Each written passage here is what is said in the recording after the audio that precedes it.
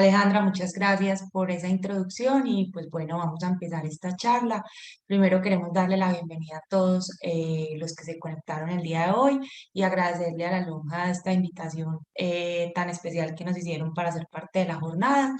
Entonces, bueno, la idea de este espacio es que, como bien lo decía Alejandra, abordemos el contrato de arrendamiento y los usos del suelo. Lo primero que vamos a hablar es brevemente sobre el contrato de arrendamiento. Nos vamos a enfocar mucho en el contrato de arrendamiento para desarrollar actividades comerciales y vamos a revisar los casos en que es necesario tramitar y obtener licencias urbanísticas. Luego pasaremos a revisar en qué casos es necesario tramitar y obtener las licencias y en qué casos es necesario revisar los usos del suelo y cuál es su relación con los contratos de arrendamiento. Finalmente, queremos darles como algunos tips o unas recomendaciones a la hora de que vayan a celebrar o a firmar contratos de arrendamiento para que los tengan en cuenta, pues, y esta conferencia no se quede, pues, en el aire, sino que les vamos a decir cómo lo podemos aplicar en la práctica. Entonces, empecemos. El contrato de arrendamiento, pues, como todos saben, es un contrato en el que una parte se obliga a conceder el uso y el goce de un inmueble y otra parte se obliga a pagar un precio que puede ser determinado o determinable. Entonces, cuando el precio es determinado es un canon que puede ser fijo, mensual, semestral, anual o determinable es cuando, por ejemplo, en los locales comerciales se establece un porcentaje de ventas y el canon varía según el porcentaje de ventas. En ciertas ocasiones también se incluye un canon mínimo garantizado y un porcentaje adicional de las ventas. Los contratos de arrendamiento se pueden hacer por documento privado o por escritura pública y se puede registrar ante la Oficina de Registro de Instrumentos Públicos para darle oponibilidad frente a terceros. Dentro de la destinación que se le puede dar a los inmuebles, encontramos los inmuebles destinados a vivienda. Esto está regulado por la Ley 820 del 2003, pero no vamos a tratar este tipo de arrendamientos acá porque pues estamos enfocados en otro tipo de arrendamientos que son los destinados a las actividades comerciales. Estos arrendamientos están regulados en el Código de Comercio y en el Código Civil. En el Código Civil encontramos la definición de contrato de arrendamiento, las obligaciones de las partes, a quién le corresponde hacer las mejoras y las adecuaciones, cuándo se puede terminar un contrato de arrendamiento. Y por su parte, en el Código de Comercio encontramos cómo se resuelven las diferencias que se pueden presentar ante una eventual renovación y en especial encontramos que en el artículo 518 se consagra una protección especial para aquellos arrendatarios que han ocupado un inmueble con un mismo establecimiento de comercio por más de 2 años. Es una protección que muchos de ustedes conocen y pues que es realmente importante en la práctica. Después de que se consolidan esos 2 años, pues no se podría terminar el contrato de arrendamiento. Sin embargo, hay otras normas que regulan el contrato de arrendamiento, como el decreto 3817 de 1982, que fue modificado por el 2221 de 1983. Este decreto no es muy conocido, pero quisimos traerlo en este espacio, no nos vamos a enfocar en él, pero quisimos traerlo en este espacio en específico porque el artículo 5 de ese decreto establece que los arrendatarios no pueden, perdón, los arrendadores no pueden terminar los contratos de arrendamiento cuando el arrendatario ha pagado previamente el canon de arrendamiento. Entonces, todos conocemos lo que dice el Código de Comercio, la protección de los 2 años, pero de pronto esta protección que está en el decreto 3817 no es tan conocida. Eh, bueno, ¿y qué es lo importante de todo esto? Con el establecimiento de comercio, pues mucha gente dice, sí, después de 2 años con el mismo establecimiento de comercio no puedo terminar, pero realmente no es claro que es un establecimiento de comercio. Entonces, nos queda esa gran duda de cuándo tengo un establecimiento de comercio y cuándo no. El Código de Comercio también regula o establece una lista que se incluye dentro de las cosas que se entienden como un establecimiento de comercio, que es el conjunto de los bienes organizados que tiene un arrendatario para realizar los fines de una empresa. Dentro de esa lista que está en el Código de Comercio encontramos la enseña, el nombre comercial, las mercancías, el mobiliario, las instalaciones y el contrato de arrendamiento. Es decir, el contrato de arrendamiento hace parte del establecimiento de comercio, forma el establecimiento de comercio. Entonces, una persona puede tener un establecimiento de comercio o un establecimiento de comercio puede ser de varias personas. Y me imagino pues que muchos estarán preguntando por qué estamos hablando de todo esto o cuál es la importancia que tienen los establecimientos de comercio con los usos del suelo. Y para eso tenemos que tener en cuenta lo establecido en el Código de Policía, que es la Ley 1801 del 2006. En uno de los artículos de ese Código de Policía se establece cuáles son los requisitos que se deben cumplir para el ejercicio de cualquier actividad comercial, industrial, de servicios, social, cultural que se desarrolle a través de establecimientos de comercio, ya sea que estén abiertos al público o que no estén abiertos al público. Dentro de esos requisitos encontramos los que estamos viendo acá en la presentación, que son mantener vigente la matrícula mercantil, comunicar a la policía que se va a abrir el establecimiento de comercio, solicitar el certificado ante los bomberos, el certificado sanitario, cumplir con las normas referentes a los niveles de intensidad auditiva, con los horarios establecidos para la actividad que se va a desarrollar en el inmueble, pero uno de esos requisitos, que es el que más nos interesa en este momento, es las normas referentes al uso del suelo. Dentro del Código de Policía se establece expresamente que los arrendatarios o las personas que operan en un establecimiento de comercio tienen que cumplir con las normas del uso del suelo. Todo esto lo puede verificar la policía. En cualquier momento las autoridades de policía pueden ir a los establecimientos de comercio y revisar si en efecto se está cumpliendo con estos requisitos o no. Y en caso de que no se cumplan, entonces se pueden imponer multas que en el Código de Policía a veces son complejas de identificar, pero para hacerlas más simples hay multas generales y multas especiales. En este caso se trata de una multa general tipo 4 que básicamente consiste en una sanción, en una multa de 32 salarios mínimos diarios legales vigentes y además se puede imponer la suspensión de la actividad. Entonces, si la policía llega y se da cuenta que no se está cumpliendo con todos estos requisitos, pues puede imponer una o las dos sanciones y pues obviamente estará sujeto a la discrecionalidad de ellos, pero pues estos son los riesgos a los que nos estaríamos enfrentando. Y ya con esto, pues nos damos cuenta por qué es tan importante conocer el uso del suelo, saber cuáles son las normas que lo reglamentan y cumplir con ellos. Pero el uso del suelo no es lo único que tenemos que cumplir. También tenemos que tener en cuenta que al momento de tomar en arriendo un inmueble, pues para desarrollar actividades comerciales se pueden presentar varias situaciones. Entonces, la primera de ellas puede ser un inmueble que ya esté construido. Entonces, el arrendatario va, ve el inmueble, le gusta, se da cuenta que le sirve para lo que lo necesita, firma un contrato de arrendamiento y ya.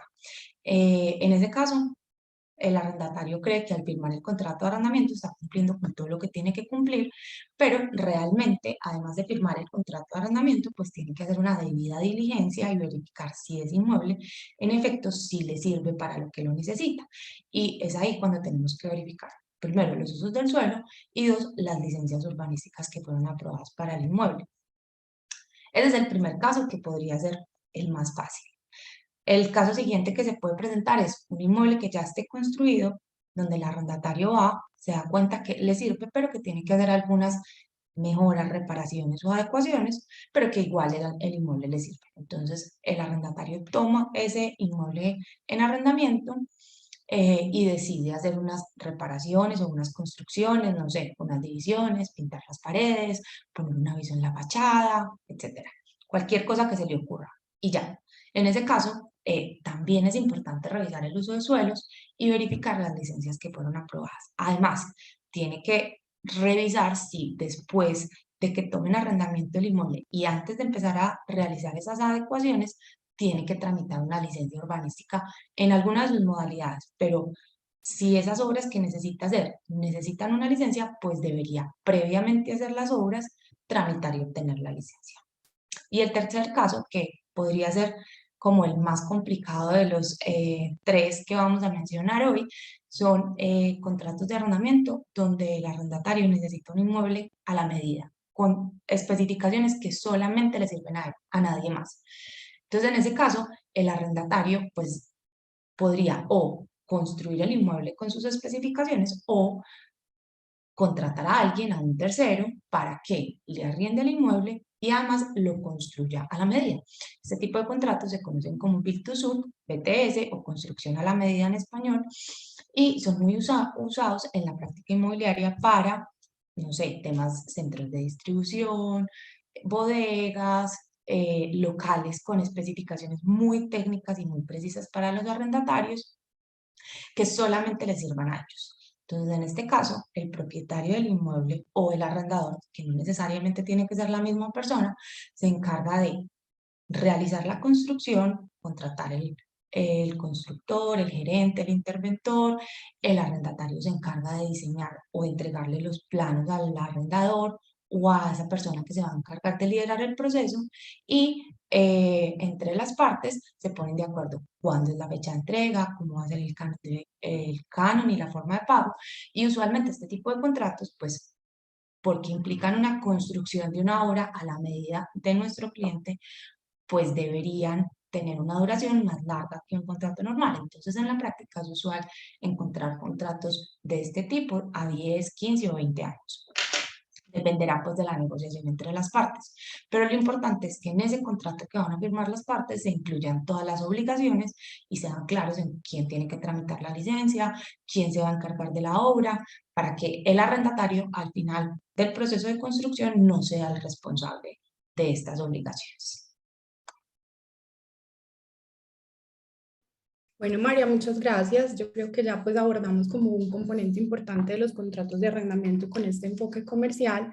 En este tema, digamos, de Build to Suit, hay distintas modalidades. Es un contrato que cada vez empieza a ser más usual y que, digamos, quería hacer como pues como una complementación de lo que ha planteado María, y es el tema de que también existe la situación en la que el arrendatario toma en arrendamiento el lote y decide hacer la construcción. En estos escenarios, el arrendatario pues termina teniendo una mayor carga desde la perspectiva urbanística porque es el que decide hacer la construcción. Y saliéndome un poquito del tema, pero dejando pues como este paréntesis, para que también lo tengan presente, en esos escenarios también hay una parte financiera y contable importante desde la perspectiva de quién termina siendo el dueño de las mejoras que se construyen en una propiedad ajena y cómo se amortiza y cómo se regula todo este aspecto financiero.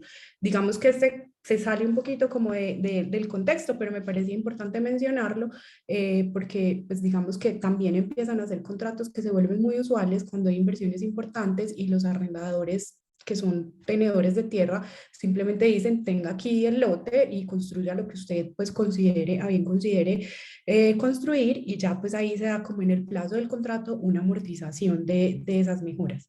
Ya para cerrar este tema de arrendamiento, conectándolo con la parte urbanística, entonces, ¿qué tenemos para contarles? Existen, como sabemos, unas normas que regulan el uso del suelo en los distintos municipios. Esta normatividad es una normatividad local, municipal. Es decir, tenemos una norma nacional que es la Ley 388. La Ley 388 regula cómo los municipios deben ordenar su territorio, pero desde la perspectiva, digamos, constitucional, el ordenamiento del territorio ha sido delegado a las entidades territoriales. Entonces, cada municipio tiene la potestad de regular el desarrollo del territorio con el ordenamiento del territorio con unos lineamientos que vienen dados por la norma nacional, partiendo de la ley 388 del 97. Entonces, sobre esa base, los municipios tienen una herramienta que es el plan de ordenamiento territorial. El plan de ordenamiento territorial, digamos que es el término general y lo vamos a usar aquí así, plan de ordenamiento territorial, pero como ustedes ven aquí hacemos una precisión, y es que dependiendo del tamaño de los municipios, existen planes de ordenamiento territorial, planes básicos de ordenamiento territorial o esquemas de ordenamiento territorial. Eso depende del tamaño y lo hacemos como el énfasis aquí para arrancar, porque entonces uno empieza, no sé, en un municipio pequeño a buscar el plan de ordenamiento y no aparece, porque ese municipio tiene un esquema de ordenamiento territorial, no un plan. Eh, Eso pues para contarles que a través de este instrumento, María, si quieres, regrésate un segundo, para contarles que a través de este instrumento, entonces tenemos que estos planes de ordenamiento territorial definen los usos de suelo, ¿cierto? Los usos de suelo son la destinación que esta norma decide darle a los inmuebles del municipio a través de la norma o de los instrumentos que los desarrollen y complementen. ¿Por qué es importante los instrumentos que los desarrollen y complementen? Porque además de los planes de ordenamiento territorial y dependiendo también del tamaño y las características de los municipios, existen otras normas que pueden determinar usos de suelo, que son los planes parciales, que son también planes zonales y digamos, si nos vamos al escenario de Bogotá, tenemos que en Bogotá existen una serie de instrumentos que Bogotá, Medellín y las ciudades, las grandes ciudades, tienen una serie de instrumentos que determinan los usos de suelo. Los municipios más pequeños realmente no tienen esa complejidad, pero sí podrían existir instrumentos complementarios como los planes parciales que pueden determinar el uso del suelo de los inmuebles, de unos inmuebles específicos, una zona específica del municipio. Entonces, estos instrumentos definen cuáles son los usos que quieren darle al suelo del municipio. ¿Y por qué eso es importante de cara al arrendamiento? Porque entonces cuando se va a tomar un inmueble en arrendamiento, pues es importante saber tanto para el arrendador como para el arrendatario, si el inmueble puede ser destinado a lo que se está pactando en ese contrato de arrendamiento. Para el arrendador, pues para poderle cumplir la promesa de que el inmueble va a tener el uso que se prometió, y pues para el arrendatario, para poder confirmar que va a poder desempeñar la actividad económica que tiene la expectativa de desempeñar. Ahora sí, María, si quieres continuemos. Frente a este tema de los usos de suelo, ¿qué tenemos? Entonces, regularmente, no todos los planes de ordenamiento lo establecen de esta manera, esta es como la categoría más generalizada, pero puede haber diferentes tipologías, aparte pues porque cada municipio se pone súper creativo y los consejos municipales deciden ponerle nombres diferentes. Pero en general, esta es la clasificación que se da en los planes de ordenamiento territorial. Entonces tenemos usos principales. ¿Cuáles son los usos principales? Pues los que efectivamente corresponden con la destinación que el Consejo Municipal o el alcalde, pues ya dependiendo de cómo haya sido aprobado ese plan de ordenamiento, quieren darle, digamos, el municipio quiere darle a esa zona determinada del inmueble, ¿cierto? De donde está el inmueble, del municipio. Entonces, quieren darle una función específica y el uso principal es el que corresponde exactamente con eso. Entonces, tenemos área de actividad comercial, entonces el uso comercial ahí es principal, ¿cierto? Podemos tener área de actividad residencial, pero entonces nos vamos al escenario de usos compatibles. Entonces, el área de actividad residencial, pero es compatible con comercio. Y eso lo vemos hoy muy, digamos, regularmente porque se viene dando una tendencia en función también como de cómo se van dando las dinámicas urbanísticas, inclusive generacionales de las ciudades, en donde lo que se busca, por ejemplo, es reducir la movilidad de las personas para evitar, digamos, como la congestión de las ciudades. Entonces se generan unas zonas en donde el área de actividad residencial es la principal, pero es compatible con comercio. Entonces vemos estos edificios de uso mixto en donde tenemos un edificio de vivienda y en primer piso un comercio, que es un comercio que se dedica como a solucionarle las necesidades inmediatas a las personas que viven en ese sector para evitar que tengan que desplazarse a unas zonas alejadas de la ciudad para conseguir sus productos y servicios. Entonces este uso compatible es el que no se opone al principal, complementa al principal y de alguna manera, digamos, no genera afectaciones para esa zona específica, ¿cierto?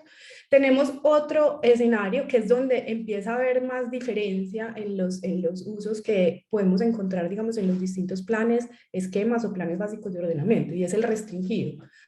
Lo pueden llamar distinto, pero esta es como la idea general. Entonces, el restringido es el que sí genera algo de incompatibilidad desde la perspectiva urbanística o ambiental, pero que puede generar escenarios de mitigación. Entonces, por eso se llama restringido. Muchas veces lo restringen diciendo, poniéndole como unos rangos de saturación, es decir, no puede haber más de cierto porcentaje en la zona. Eso se vuelve un poco difícil de entender cuando, por ejemplo, nosotros como abogados estamos haciendo el análisis urbanístico, porque pues nos tocaría, cuando se pide como un análisis de concepto de uso de suelo, que vamos a ver más adelante, que es una de nuestras recomendaciones, cuando piden ese concepto y tienen estos grados de saturación de la zona, pues toca pedir un concepto adicional a planeación y decirle, venga, ¿qué tan saturado está esta zona? Si se establece, por ejemplo, que el uso comercial en una zona específica solo se puede dar en un 20% del área bruta de la zona, ¿cierto?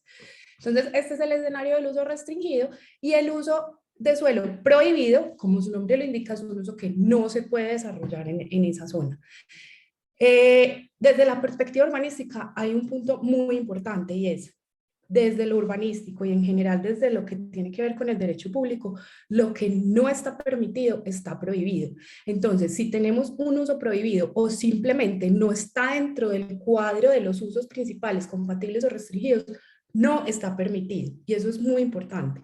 Ahora, desde la perspectiva también de derechos adquiridos o usos consolidados, también puede ocurrir que no obstante, bajo el plan de ordenamiento territorial actual, el uso esté prohibido, bajo una norma anterior fue permitido, tramitó su licencia de construcción y tiene la posibilidad de seguirlo desempeñando en la medida en que no cambie, no varíen las condiciones específicas de ese uso.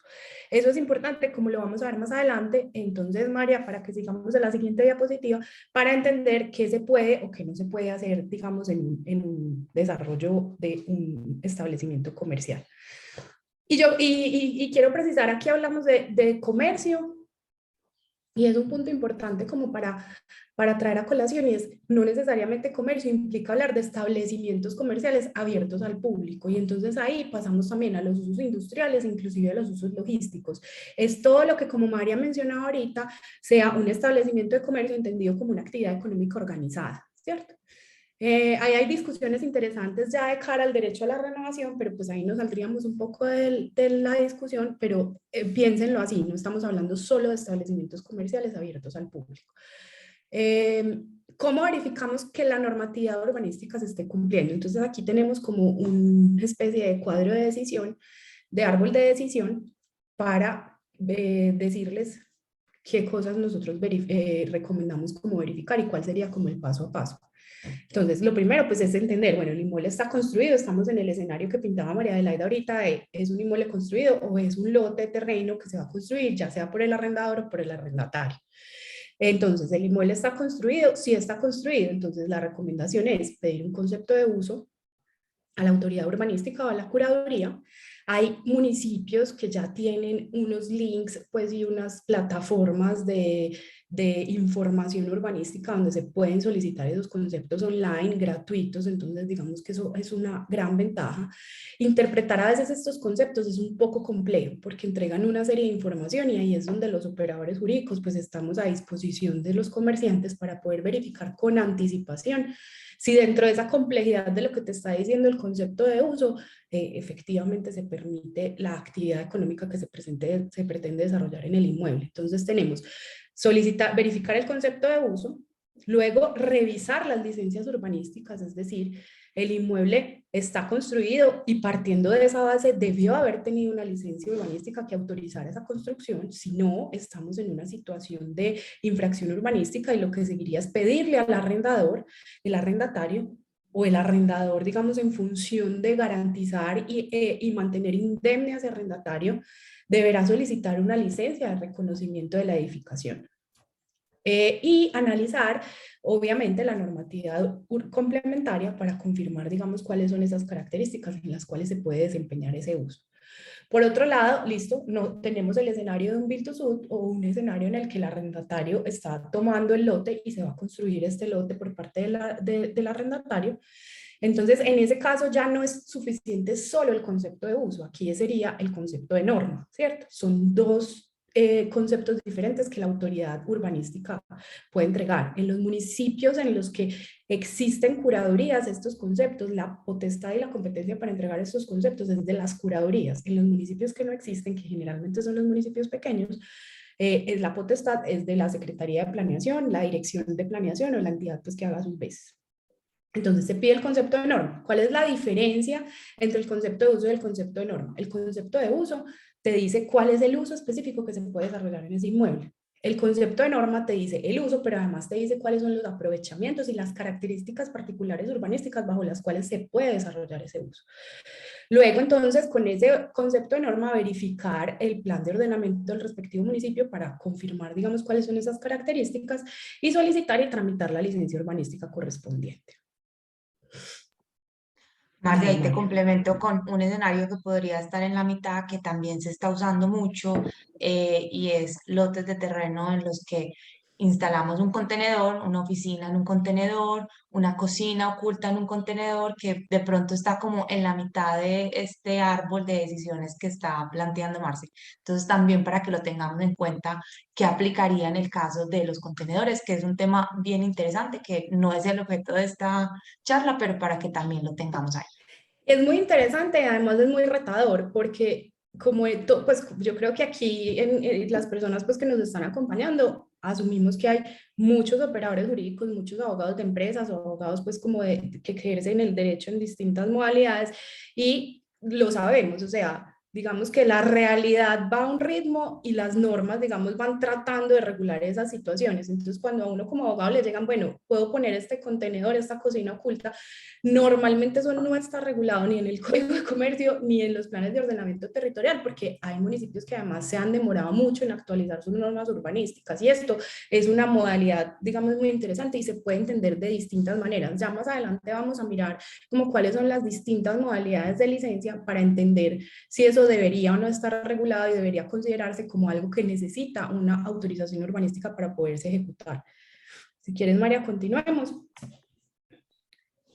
Entonces, ya si estamos en el escenario de listo, si el inmueble sí está construido, entonces es preguntarnos como arrendador o arrendatario, dependiendo de cómo sea la regulación pues, de las responsabilidades frente a la configuración física del inmueble, en el contrato de arrendamiento, preguntarnos, ¿se requiere hacer ampliaciones, modificaciones o adecuaciones al inmueble? O sea, ¿se requiere ajustar ese inmueble físicamente a las necesidades que tiene ese establecimiento de comercio? Entonces, si estamos en el escenario de sí se requiere, habrá que solicitar y tramitar una licencia urbanística. Si nos devolvemos al escenario anterior, no, yo arrendé un lote pelado o el arrendador dijo, yo le arriendo el lote y le hago la construcción, estamos en el escenario de tramitar una licencia urbanística de obra nueva. Es decir, el lote está limpio, lo llaman pues en los anglicismos que están tan de moda, es un arrendamiento como de un predio greenfield que está limpio y vamos a desarrollar ahí la construcción, entonces la licencia que corresponde es una licencia de obra nueva. Pero si el inmueble sí está construido y lo que se necesita es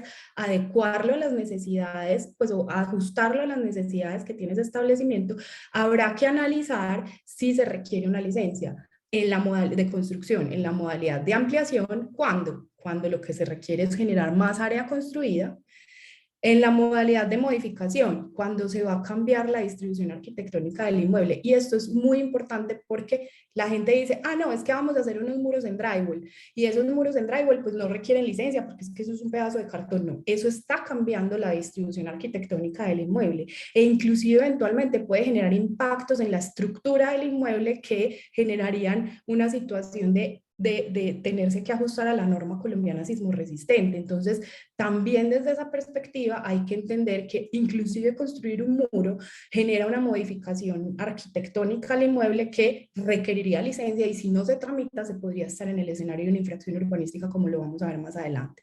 Y la última, la gente no es muy consciente de esta y es cuando, por ejemplo, uno arrienda un inmueble cuya destinación estaba inicialmente construido para un uso de servicios, una oficina, pero yo lo voy a volver un establecimiento de comercio abierto al público.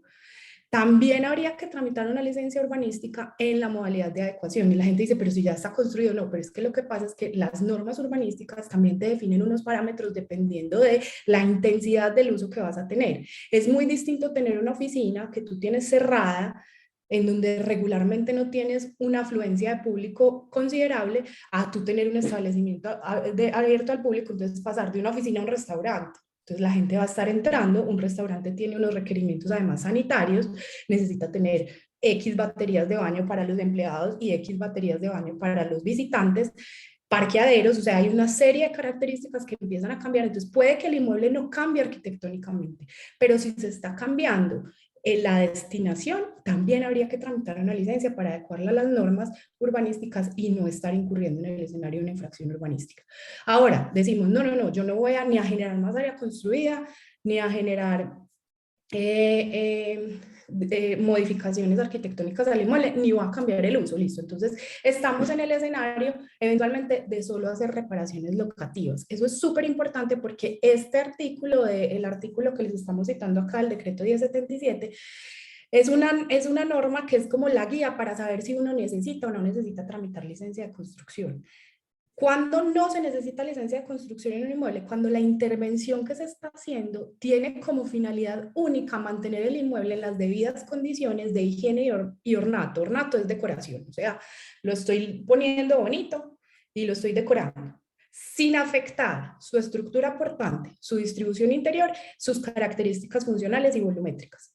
Es decir, este es el único escenario en el que no se requiere licencia de construcción. Entonces vuelvo y les reitero este punto. Entonces la gente dice, ay, voy a construir un muro, pero es en drywall, y como es en drywall, eso es como de cartón. No. Si es un muro, si está cambiando la distribución y las características funcionales del inmueble, estamos en el escenario de una modificación y sí hay que tramitar licencia urbanística. Ahora, puede ocurrir que el cliente me diga, no, yo asumo el riesgo, perfecto. Pero lo importante para uno como operador jurídico es decirle, cliente interno o externo, porque esto nos ocurre en el escenario de asesoría, digamos, como nosotros como firma, o cuando uno es un abogado de una empresa y la empresa dice, no, yo no voy a tramitar licencia por tener este predio construido, pues por hacerle una modificación a este inmueble no vale la pena, perfecto, pero para uno como abogado la responsabilidad es poner de presente que si hay una modificación y no se tramita la respectiva licencia o inclusive un cambio de uso, la compañía está incurriendo en una potencial infracción urbanística que pues habrá que gestionar si llega la autoridad urbanística a hacer alguna verificación. María, si quieres ya ahí continuemos. Listo. Entonces vamos precisamente a ese escenario, cuando estamos incumpliendo. Entonces, el Código Nacional de Policía lo que nos dice específicamente para los establecimientos de comercio es que deben cumplir con los requisitos establecidos para la operación, ¿cierto? Entonces, ¿cuáles son esos requisitos? Los vimos ahorita más adelante y conectándolo con el tema de la parte urbanística está cumplir la normatividad asociada a los usos de suelo. Si quieres, María, ahí continúa y vamos como conectando y ya hacemos esta parte un poquito más interactiva para darle paso a las preguntas. Sí, Marley, que ahí entonces las multas, como les decía, son multas de 32 salarios mínimos diarios mensuales vigentes y la suspensión de la actividad. No solamente la sanción pecuniaria, sino también la suspensión de la actividad. Bueno, y la otra son comportamientos que afectan la integridad urbanística, que no es solamente construir sin licencia. Construir sin licencia es uno de ellos. También está usar o destinar el inmueble de una forma diferente a lo señalado en la licencia, que es el caso que nos ponía Marcia hace un momento con el inmueble que era una oficina y pasó a ser un establecimiento de comercio abierto al público. También se encuentra contravenir los usos del suelo y desarrollar usos del suelo o destinaciones no autorizadas en la licencia de construcción. Estos son algunos de los comportamientos pues que los trajimos en este momento porque son el tema que nos interesa hoy, pero así como estos hay muchísimos otros para que los tengan en cuenta. Y sí, ahí nos parece súper importante y yo pues como complementando a María diría lo siguiente, el Código de Policía, a diferencia pues de la norma que teníamos antes que regulaba este tema y que fue derogada por el Código de Policía, es muy denso, pues la lista de comportamientos es una lista como de 20 y pico, 30 y pico comportamientos, aquí extractamos los comportamientos que tienen que ver como con el tema urbanístico propiamente, pero finalmente hay que revisar muy bien porque inclusive conectado con el tema urbanístico también podrían estar los requerimientos desde el punto de vista sanitario que tienen los inmuebles. Entonces puede que no esté dentro de la normativa urbanística, pero desde el punto de vista sanitario sí se tienen que tener algunas facilidades o funcionalidades en el inmueble que requieren tramitar licencia, como baños, como zonas Las de rampas, proceso, rampas de acceso a las personas por con ejemplo, desde el punto discapacidad, de vista. Así es. así es. Listo. Entonces, de todos estos comportamientos, como dice Marce, el código de policía es denso, es difícil de digerir y de entender. Y de Pero entonces conectar. tenemos multas generales y multas especiales. Y cada una tiene multa tipo 1, 2, 3, 4, que se tasan en salarios mínimos. Pero en resumen, para los comportamientos que afectan este tipo de situaciones tenemos una multa especial que va entre 5 y 25 salarios mínimos, que se pueden incrementar en un 25% cuando son actividades comerciales o industriales de gran impacto, según las normas del municipio pues, en donde se encuentra el inmueble, pero que en ningún caso puedan superar 200 salarios mínimos y el valor catastral del inmueble. Pero no solamente es la multa especial monetaria, sino también si se dan cuenta durante la construcción de la obra que no tengo las licencias, por ejemplo, pueden ordenar la suspensión de la obra, pueden ordenar también la suspensión de los servicios públicos siempre y cuando no sea una obra destinada a la habitación, y pueden ordenar la demolición de la obra. Entonces, no es solamente la multa, son todas las sanciones que podríamos vernos enfrentados en el momento de incurrir en cualquiera de estos comportamientos. ¿Quién mide estas sanciones? Depende de la autoridad de policía, depende de la infracción, si es reiterada o no, la magnitud, la reincidencia. Entonces estamos casi que a criterio de la persona que está llevando el proceso para decir si impone una, otra o si las impone todas al tiempo. Y lo último, pues en sanciones, es que si durante la investigación se dan cuenta que hay una infracción y el presunto infractor subsana, es decir, corrige el incumplimiento que estaba haciendo, entonces podría no haber lugar a la imposición de la multa. Pero pues en la realidad creemos que es difícil que esto llegue a pasar, o sea, no es tan fácil ir y corregir la construcción de un piso adicional o ir y pedir de un día para otro la licencia de construcción que no se había pedido, en fin. Ahí, ahí, digamos, lo que tendríamos que mencionar es que ocurre mucho, generalmente la autoridad encargada de dar como las autorizaciones urbanísticas en un municipio es distinta a la autoridad que ejerce el control urbanístico. Eso en cada municipio varía, pues puede haber muchos escenarios, ¿cierto? Lo normal es que esté separado y que normalmente, por ejemplo, el caso de Medellín, está la Secretaría de Planeación y está la Secretaría de Gestión y Control Territorial. Y en Bogotá también es diferente. En Bogotá, por ejemplo, son las alcaldías locales. El punto, digamos, importante es que normalmente este tema de infracciones urbanísticas a veces no es muy ágil, entonces uno ahí es donde puede analizar esos escenarios como de grado de aversión al riesgo. Y con esto lo que quiero decir es que la persona analice hasta dónde es capaz de convivir con una infracción urbanística de acuerdo a su grado también de exposición. Es muy diferente, por ejemplo, una compañía grande que está muy expuesta, digamos, reputacionalmente a una compañía pequeña o a una persona natural que pues, difícilmente le van a ir a hacer una inspección porque pues el volumen es tal que pues estas autoridades de gestión y control urbanístico no se la pasan pues vigilando como todos los inmuebles puntualmente. Pero si hay unas situaciones que ocurren y es como de pico, o sea, y pasa mucho, los municipios están buscando plata y les voy a poner un escenario como similar y es lo que pasa con el tema de publicidad exterior visual, como que el municipio está buscando plata y se acuerda que tiene el impuesto de registro de la publicidad exterior visual y se va a revisar todo y le cae a todo el mundo. Entonces ahí es donde hay que ir entendiendo cuáles son esos escenarios. Digamos que desde el punto de vista de las infracciones urbanísticas, como decía María, inicialmente se le da al infractor un plazo de 6 meses para que se adecue al cumplimiento de las normas urbanísticas, pero lo que decía María, una licencia probablemente puede no salir en 6 meses. Aparte, si vos no tenés el uso de suelo autorizado, la licencia no te va a salir porque no estás cumpliendo con la normatividad urbanística. Entonces, ahí es donde hay que ir midiendo esos escenarios de cumplimiento y de grado de aversión al riesgo, hasta dónde se puede convivir con esto.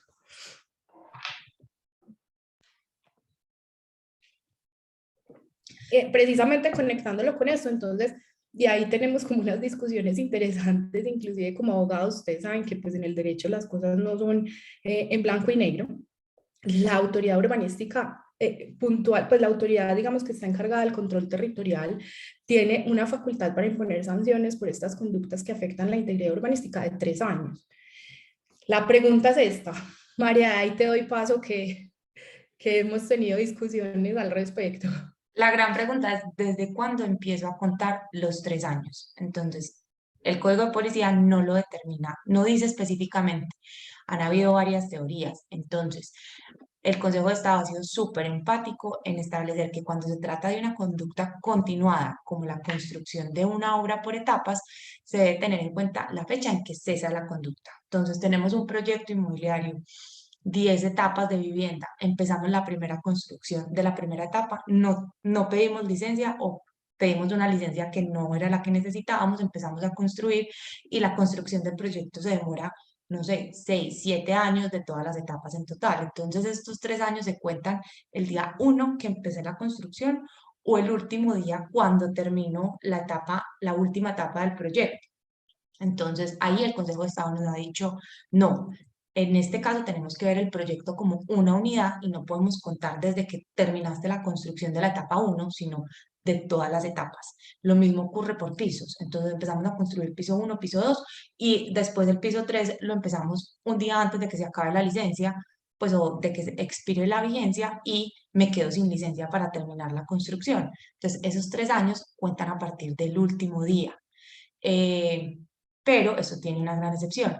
Esos 3 años no empiezan a correr cuando, cuando estamos ocupando espacio público. Entonces, si nuestra obra, no sé, pedimos una licencia para un edificio y en el edificio empezamos a extender la construcción y usamos el antejardín y la vía de atrás, ahí no contarían los 3 años. Entonces, la acción sancionatoria en ese caso no caducaría mientras desaparezca o cese la conducta y el hecho respectivo pues en el que estamos incurriendo. Y otra gran pregunta que tenemos acá es, ¿qué tiene que pasar en esos 3 años? Entonces, ¿me tienen que notificar de que empezaron el proceso o tiene que terminar el proceso y tengo que tener el término suficiente para interponer todos los recursos y que me lo resuelvan? Esto también ha sido súper complejo, no es blanco y negro. Hay tres teorías, pues, y al final el Consejo de Estado ha optado con una intermedia, y es que en esos 3 años se tiene que iniciar el proceso, me tienen que imponer la sanción y ya. No tengo que haber interpuesto los recursos, sino que tuvo que haber agotado para el tiempo para esos recursos, sino simplemente la sanción más el acto administrativo que me notifica a mí esa sanción. Perdón, estaba en mute. Ahí, María, yo creo que en la siguiente diapositiva traemos como un par de posturas que hay sobre el tema para reforzar lo que estaba diciendo María. El término, en algunos casos dicen, el término comienza desde que se termina la construcción. Hay otras posturas que ayer, pues precisamente como preparando todo esto, discutíamos y es la acción no caduca hasta tanto no se sanee la infracción, es decir, se expida la licencia urbanística. Yo creo que hay distintos escenarios y como lo veíamos ahorita, pues hay distintos escenarios de infracciones urbanísticas, los que les traíamos asociados pues como al tema, y es una cosa es construir sin licencia, otra cosa es contravenir las normas de uso de suelo. Mi postura, y por supuesto, pues como el mundo jurídico, digamos que uno tiene diferentes alternativas de interpretación dependiendo de cómo se vayan, digamos, dando las situaciones y pues el cliente, las necesidades del cliente. Pero les diría, mi postura eh, más ortodoxa es, si uno está contraviniendo las normas de uso de suelo, eso es una infracción urbanística que ocurre todos los días. Entonces, la caducidad arranca todos los días y uno estará expuesto a la infracción urbanística indefinidamente, porque si tú estás desarrollando en un inmueble un uso para el cual ese inmueble no está autorizado, pues todos los días estarás generando esa situación y no podrías estar en un escenario en el que, es que yo abrí el establecimiento de comercio hace 3 años y ya se acabó, ya caducó la infracción urbanística. Entonces son distintos escenarios y dependiendo de la situación, pues se hará el respectivo análisis y se responderán los descargos y se analizarán todas las situaciones pues, y escenarios en donde si el comerciante, el arrendatario se expone pues, a una infracción urbanística o el arrendador, porque ya lo vamos a ver. La pregunta siguiente es, ¿quién responde? Que si quieres, María, pasemos como a la siguiente diapositiva. ¿Quién es el responsable de estas sanciones urbanísticas cuando se presentan, cuando viene la autoridad de control urbanístico y nos dice, listo, usted tiene aquí una infracción? Entonces, ahí, digamos, la postura es que estas obligaciones son impuestas al propietario, él es el dueño del inmueble, él es el que permite que se desempeñe determinada actividad y por eso esta discusión es tan interesante frente a la jornada del arrendador, porque sabemos que, digamos, esto está enfocado hacia el arrendador, entonces el propietario como arrendador o inclusive como mandatario, cuando lo que está de por medio es una agencia de administración de arrendamientos, es quien está expuesto frente a la autoridad municipal, es quien tiene que responder porque en el inmueble se cumplan las normas urbanísticas. No obstante, pues se deberá analizar cada caso en particular y verificar que se pactó en el contrato de arrendamiento. Y ahí lo conectamos con lo que vamos a plantear enseguida y es unas recomendaciones alrededor del tema. Y ahí, También los arrendatarios pueden estar afectados porque una cosa es el uso que se desempeña en el inmueble y otra cosa son los requisitos del establecimiento de comercio que son responsabilidad del comerciante. María, ¿vas a complementar algo? sí, ahí de cara al arrendador, Marce, pues que también tengamos en cuenta que muchas veces el arrendador no es el que construye el inmueble directamente, sino que contrata a un tercero para que lo haga. Entonces también vale la pena que en el momento en que contratemos a alguien para que construya un determinado inmueble, pues revisemos ese contrato de arrendamiento para ver si eventualmente ante una sanción de este tipo, el arrendador pueda repetir o pueda ir a buscar a quien construyó el inmueble para que le responda por las sanciones que él se está viendo obligado a pagar. Ajá. Entonces, ya para cerrar esta exposición y darle cabida a las preguntas, tenemos como unas recomendaciones finales que en línea como con lo que estábamos planteando. Verificar los usos y las normas urbanísticas vigentes en el municipio aplicables al inmueble. Y ahí es muy importante, digamos, hacer énfasis en esto de vigentes y aplicables, porque hay inmuebles que pueden tener situaciones de usos consolidados. Entonces, no necesariamente porque un inmueble tenga el uso prohibido bajo la normativa anterior, lo reitero porque ya lo mencioné, ese uso no puede desarrollarse en el inmueble. Podría tener una licencia de construcción bajo la normativa, perdón, bajo la normativa actual lo tiene prohibido. Entonces, puede que tenga una licencia de construcción bajo la normativa anterior que le otorgue un derecho adquirido y le permita desempeñar ese uso. Tramitar Ahí las también, licencias. Marce, Dale, perdón, te interrumpo, hacemos como tranqui. un llamado a las personas que están en los inmuebles, porque el día que el policía llega al establecimiento de comercio y le pide todos los papeles y empieza a hacer la lista de chequeo, lo tiene, no lo tiene, pues el policía va a llegar y te va a pedir ¿qué? Un concepto de uso de suelos. Si el POT cambió y tienes un establecimiento de comercio abierto al público, pero que fue construido hace 30 años bajo otro POT, tu uso está consolidado en una licencia urbanística anterior. Entonces, que esa persona que esté en el inmueble tenga la capacidad de explicarle a un policía común y corriente que el uso no viene dado por el uso de suelos, sino por la licencia de construcción que fue otorgada hace 30 años, para que no nos quedemos o no nos cerremos simplemente a que lo tengo que demostrar con el uso de suelos. Así es. Entonces, continuando con eso, además de verificar los usos y las normas aplicables, tramitar las licencias urbanísticas que se requieran. Y ahí reiteramos, no solo se requiere licencia cuando se va a construir un inmueble de cero, si se va a generar más área construida, si se va a modificar el inmueble, si se va a cambiar el uso, que tiene que ver inclusive con una pregunta que estamos viendo acá, si se va a modificar la destinación del inmueble para la que inicialmente se construyó, también hay que tramitar licencias urbanísticas.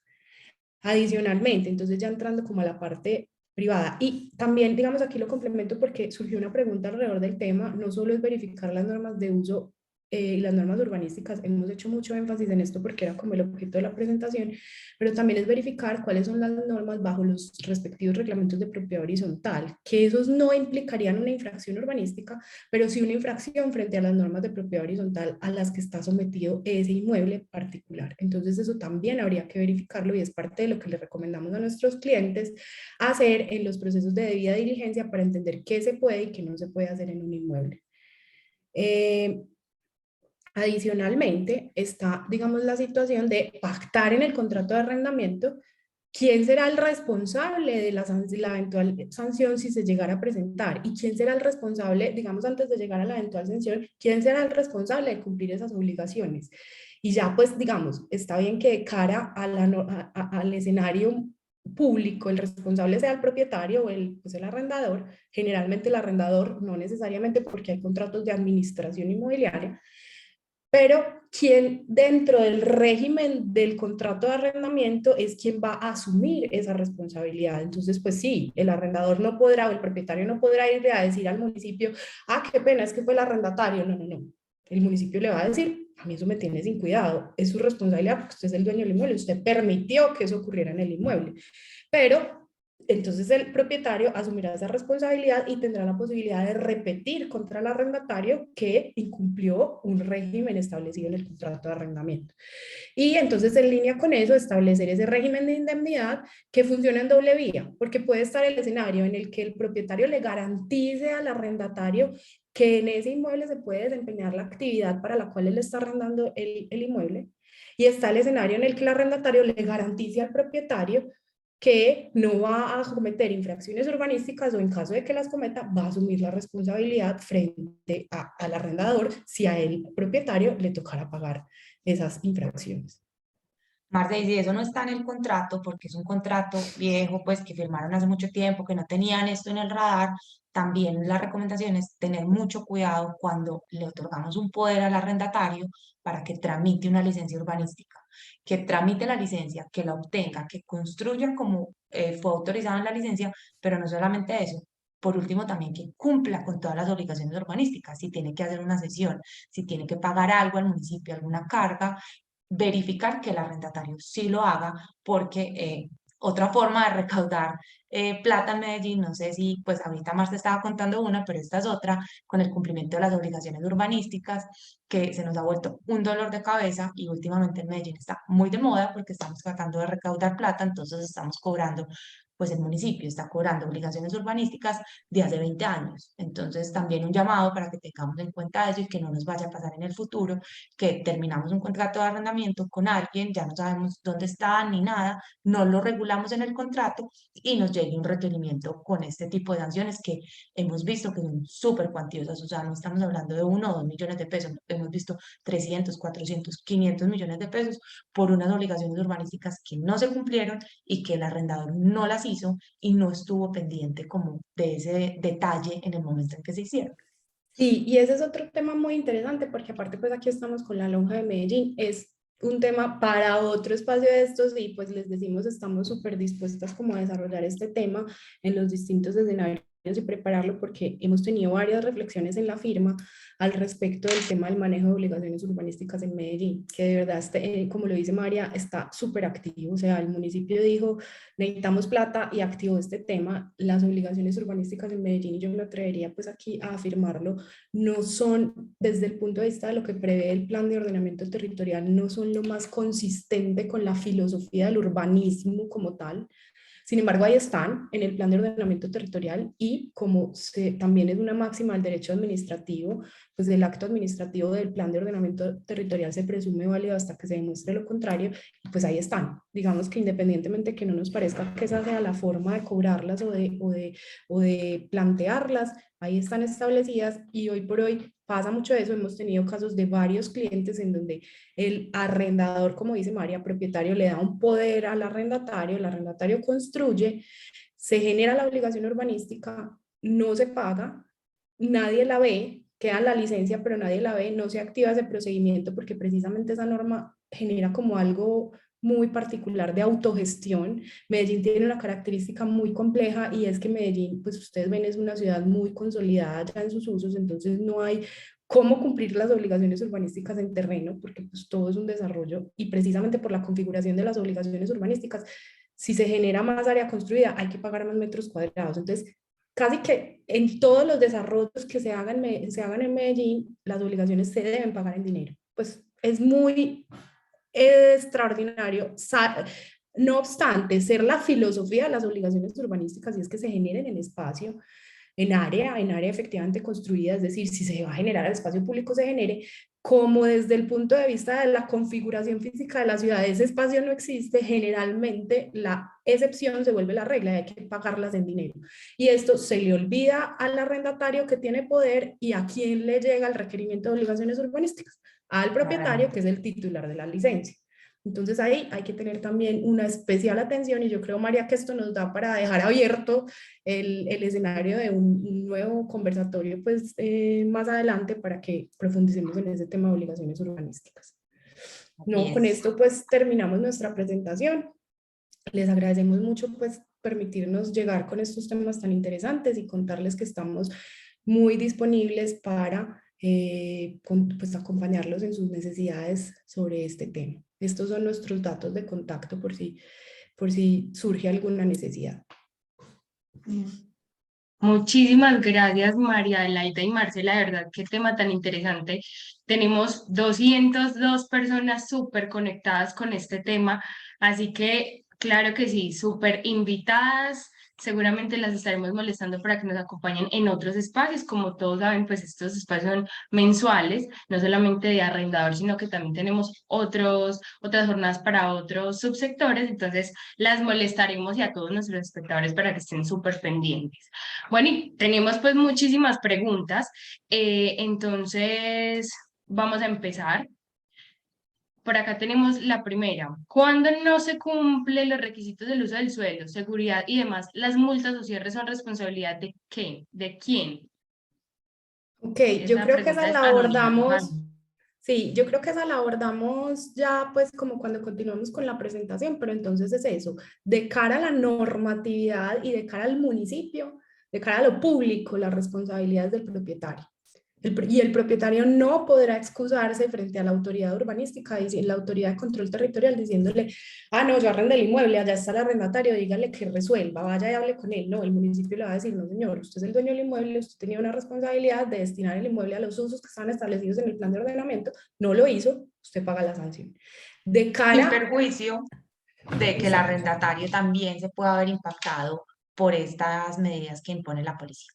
Sí, que ahí, digamos, el arrendatario se puede ver impactado por estar desempeñando en un inmueble una actividad que no está autorizada, pero desde lo esencialmente urbanístico, la responsabilidad es del propietario del inmueble. Y les insisto, no necesariamente ese propietario es el arrendador, porque hay contratos de administración inmobiliaria, entonces puede que la inmobiliaria se haya tomado el atrevimiento de arrendar el inmueble para un uso que no estaba permitido y termina impactado el propietario. De cara ya al régimen contractual, y esa es una de nuestras mayores recomendaciones, puede existir el escenario en el que no obstante estar esto así establecido, pues el arrendador le haya trasladado la responsabilidad al arrendatario.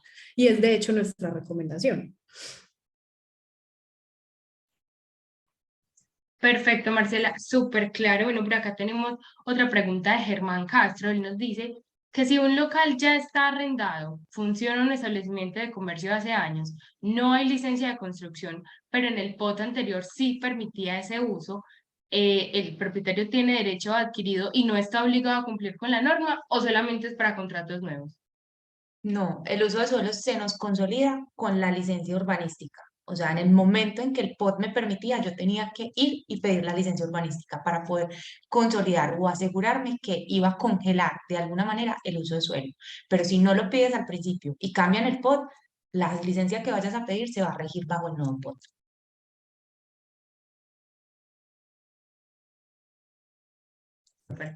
Perfecto, Mario, muchas gracias. Demasiado claro. Bueno, por acá tenemos a Juan José Giraldo con una pregunta y es, en el caso de un inmueble tipo parqueadero, que el arrendatario construye un local comercial para uso de restaurante, ¿qué responsabilidad civil adquiere como propietario en caso de que se cayera por mala construcción y afectara a un tercero?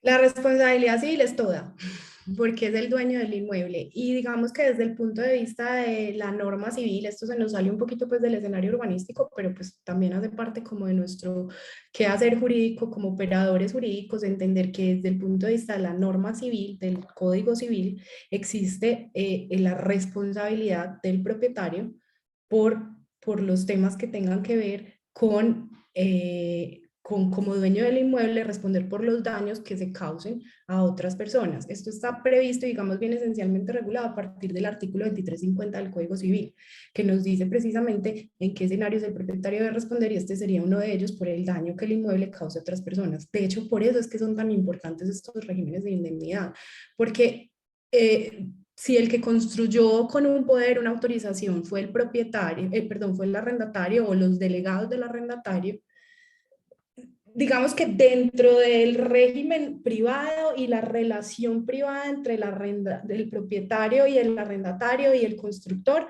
podrá haber una forma de recuperar lo que se tenga que responder, pero el propietario de cara a ese tercero al que se le generó la afectación, sí tiene responsabilidad desde el punto de vista de responsabilidad civil extracontractual, valga la redundancia.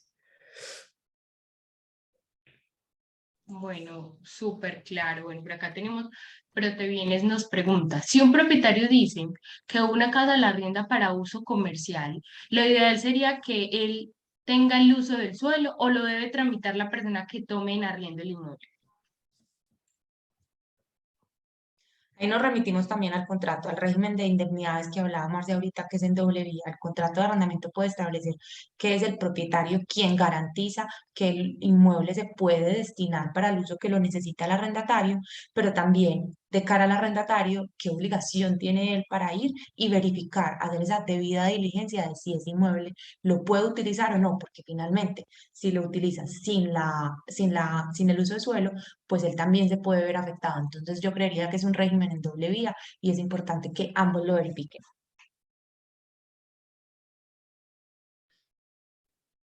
Perfecto, María. Bueno, por acá Adriana nos dice, el uso del suelo se demora unos días en ser emitido. No es apropiado iniciar entonces el contrato de arrendamiento hasta que no sea otorgado. No necesariamente, pues, celebrar el contrato de arrendamiento sometido a la condición de que una vez se obtenga el uso de suelo, se permita destinar el inmueble para lo que lo requieres. Pero pues hay que entrar a evaluar si quieres entrar a hacer adecuaciones, modificaciones y si vale la pena celebrar el contrato sometido a esa condición. Sí, y lo otro es que también, digamos, lo más seguro es contar con el concepto de uso de la autoridad urbanística porque pues en últimas es la interpretación que a ellos les corresponde realizar.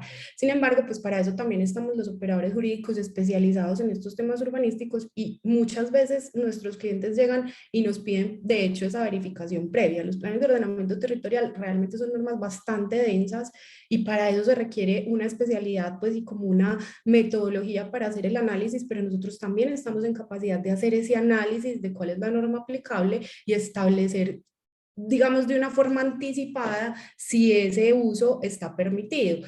Ya mientras va saliendo el concepto de uso, lo que se hace es como convalidar la posición del abogado que te puede dar visibilidad de si está permitido y esto te va a decir la autoridad urbanística. Bueno, por acá tenemos las últimas tres preguntas para que vayamos cerrando. Adriana nos pregunta si es eficaz la cláusula que responsabiliza totalmente al arrendatario de tramitar y verificar el uso del suelo, cuando además indica que en caso de que el uso del suelo sea negado, no es causal esto para terminar el contrato de arrendamiento. Yo creo que Adriana ahí nos está haciendo una pregunta muy puntual de un contrato que seguramente ya le pasó, pero pues primero necesitaríamos revisar el contrato a ver si hay una contradicción al interior del contrato. En una cláusula se establece algo y en otra, para determinar si es eficaz o no y si nos pudiéramos ir ante un proceso judicial para terminar el contrato y argumentar esta causal como causal de terminación. Pero en términos generales sí, si el contrato está bien redactado y es claro, sí se puede utilizar esta causal como causal de terminación del contrato. Así es, y ahí complementando eso, volvemos como a lo que planteábamos eh, como reiteradamente, y es dentro de la relación entre arrendador y arrendatario, esa cláusula es eficaz. Lo que no sería es eficaz de cara a la autoridad local, porque el arrendador como propietario no le puede contestar a la autoridad, ah, no, eso no es problema mío, vaya, hable con el arrendatario que está ya haciendo lo que no es. No, frente a la autoridad, digamos, él no puede oponer como un medio de defensa la existencia de esa cláusula. Es eficaz en la relación entre arrendador y arrendatario partiendo pues de las premisas que dice María y es que esté bien redactada y no haya pues una contradicción. Clarísimo y bueno, ya si tienen de pronto unos casos particulares, nuestras chicas de Uribe Now los pueden ayudar. Acá tenemos en la pantalla los números y los correos de contacto para que les escriban y ya pues en la firma los asesoren. Vamos a tener la última pregunta que nos la hace Juan José Giraldo y nos dice, ¿las sanciones urbanísticas caducan y caduca el tiempo para iniciar un proceso de sanción urbanística? Yo creo que este tema también ya lo hablamos un poco. Lo que caduca es el ejercicio de la función policial de control urbanístico que caduca en 3 años cuando se trata de parcelar, urbanizar, intervenir y construir en terrenos aptos para estas actuaciones. Y ahí ya pues hablamos de todas las interpretaciones, a partir de cuándo se cuenta, si es por etapas, no por etapas, qué tiene que pasar en esos 3 años, etcétera. Sí, de acuerdo con María, lo que hablábamos ahorita, hay distintas posiciones y ahí es donde también como operadores jurídicos pues podemos apoyar ese análisis y ver cómo se pueden mitigar esos escenarios de eventual infracción urbanística. A mí, Alejandra, me Bueno, gustaría complementar algo señor. que de pronto no tratamos y lo estoy viendo muy recurrente en las preguntas y es el tema de propiedad horizontal. simplemente para cerrar, y es decirles, está la norma urbanística y está el régimen de propiedad horizontal, que es una forma de regular el uso también del inmueble ya al interior de una comunidad, que es la propiedad horizontal. Sin embargo, no por el hecho de que se esté cumpliendo con el régimen de propiedad horizontal, se permite infringir la norma urbanística. Lo que pasa es que ese escenario es un escenario muy extraño. ¿Por qué? Porque para uno poder someter un inmueble a propiedad horizontal, necesariamente tiene que haber tramitado una licencia de construcción, y en esa licencia de construcción se autorizan unos usos. Entonces, digamos, sería muy extraño que haya un escenario en el que un reglamento de propiedad horizontal esté autorizando la posibilidad de desarrollar un uso distinto a lo que permiten las normas urbanísticas o los derechos adquiridos por esa licencia de construcción, así la norma urbanística haya cambiado. Bueno, no, súper importante esa apreciación porque también es una pregunta que nos hacen muy recurrentemente a nosotros. Entonces, bueno, acá aprovechamos pues este espacio con estas dos personas que tienen demasiado conocimiento. Como les decía ahorita, seguramente las vamos a seguir molestando para que nos apoyen en estas jornadas que son demasiado importantes para todo el sector en general. Les damos pues muchísimas gracias a las más de 200 personas que estuvieron conectadas todo este tiempo con nosotros. Aprovecho para compartirles la información que tenemos de nuestro próximo evento. En el gremio pues vamos a tener el Congreso Nacional de Propiedad Horizontal que vamos a realizar en el Centro Comercial El Tesoro. Es el 28 y 29 de julio. Están todos muy invitados. Nuestros afiliados pues tienen un cupo gratis y también vamos a tener unos descuentos especiales por grupos para las personas que estén interesados. Ya vemos que esta relación arrendadores y administradores de propiedad horizontal es sumamente importante y vamos a tener un espacio para que interactuemos. Entonces están muy invitados, también ustedes, chicas, muy invitadas a nuestro congreso, y les agradecemos nuevamente este espacio que ha sido demasiado exitoso. Las personas ya saben que tengan alguna duda, pregunta acerca del tema, tenemos pues acá los teléfonos y los correos de contacto. No, teléfonos no tenemos, tenemos correos de contacto para que se comuniquen con ellas. Entonces, no es más, muchísimas gracias y esperamos que tengan un resto de día muy bonito. Muchas gracias a usted, Alejandra, por invitarnos. Así es. Claro que En, sí, cuenten estas, con nosotros. en estos datos, no, pues estamos felices, además que es un tema con el que de verdad vibramos y nos encanta. En estas redes pueden encontrar también los teléfonos y pues si consideran que es mucho más fácil contactarnos por ahí, pero pues en aras de la virtualidad les compartimos como este tipo de contacto, pero estamos súper disponibles para acompañarlos en lo que necesiten. No, y seguramente ahorita solamente los buscamos es por esos medios, así que súper pertinente. Muchísimas gracias y de verdad muchísimas gracias a todos los que se conectaron. Les recuerdo que esta jornada es mensual, así que estén muy pendientes de nuestros medios para saber cuál va a ser el tema de julio. Y nuestro Congreso Nacional de Propiedad Oriental, súper invitados los. Feliz día.